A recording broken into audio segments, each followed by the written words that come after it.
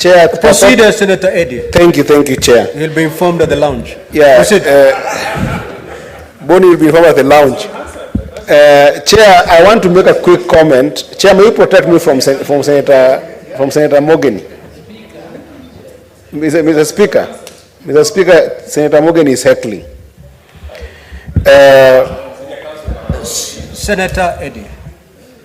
Senator Morgan, what is your intervention? You seem not to be settled. What is your intervention?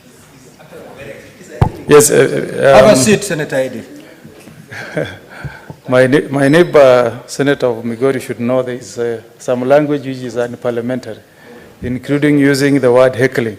Now, Mr. Speaker, I wanted to inform Senator Halwale that he should not mislead the country by making reference to the Senator of Mombasa 001 as being one of the lawyers who have been inducted into the role of senior counsel. For the record, Senator Halwale, Senator of Mombasa 001, has not been inducted to the role of senior counsel. So you are out of order by referring him to senior counsel Mohamed Faki. Senator Eddy, proceed to conclude. Chair, I haven't even started yet, so I'm just starting. Proceed. Chair, I wanted to make a quick comment on a very important issue that Senator Onyonka has raised in this House through this statement on a possibility of auditing all our minerals and being able to account for all those minerals plus those companies that are involved in them, Mr. Speaker.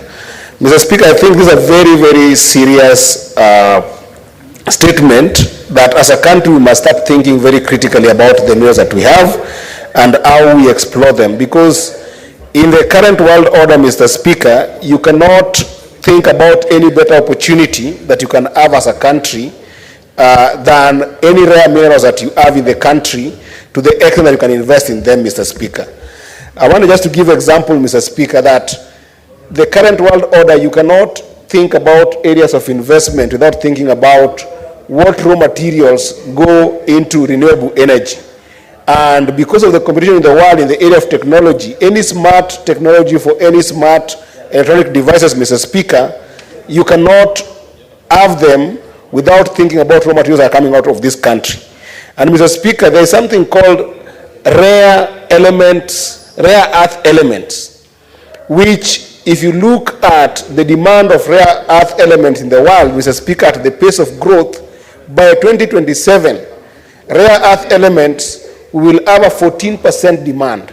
Now, rare earth oxide alone, if you look at China, China has got about 85% control over rare earth oxide. And in this country, Mr. Speaker, our potential for rare earth elements is up to, in fact, over $100 billion. And Mr. Speaker, when you look at our current foreign policy, there is no articulation of even exploration of rare earth minerals in Kenya when we are engaging with the world superpower in terms of technological advancement like the United States. You would have expected that if we are going to the United States, we have got accounts of these rare earth elements and the minerals that are ensuing from them, like in a county in Kwale, Mr. Speaker, where we have got amazing rare earth elements that have been estimated by experts that could be able to fetch this country even $35 billion, Mr. Speaker.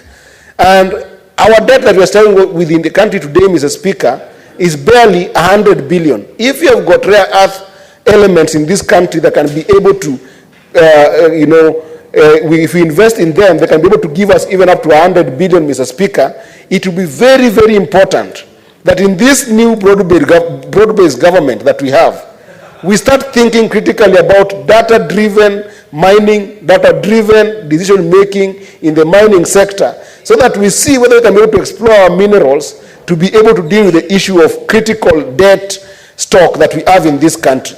Therefore, I want to support this statement and particularly draw the attention of this committee to look at the potential of Kenyan economy with regards to rare earth minerals that we can be able to explore, and go ahead and even indicate how much money we need to inject in that sector and the potential revenues in terms of investments vis-a-vis returns of those investments that can be able to make. Because as somebody who has looked at this issue, Mr. Speaker, I am sure if you pumped 1.5 billion into the rare earth minerals in this country, you can make up to 30 billion at any given time. That means that every annual turnover on these issues, we can be able to actually even make money that can be able to guarantee us returns that can deal with debt. So I support this statement, and I hope that the relevant committee will look at it. Senator Mongatana. Bwana Spika, ningependa kuchukua nafasi hii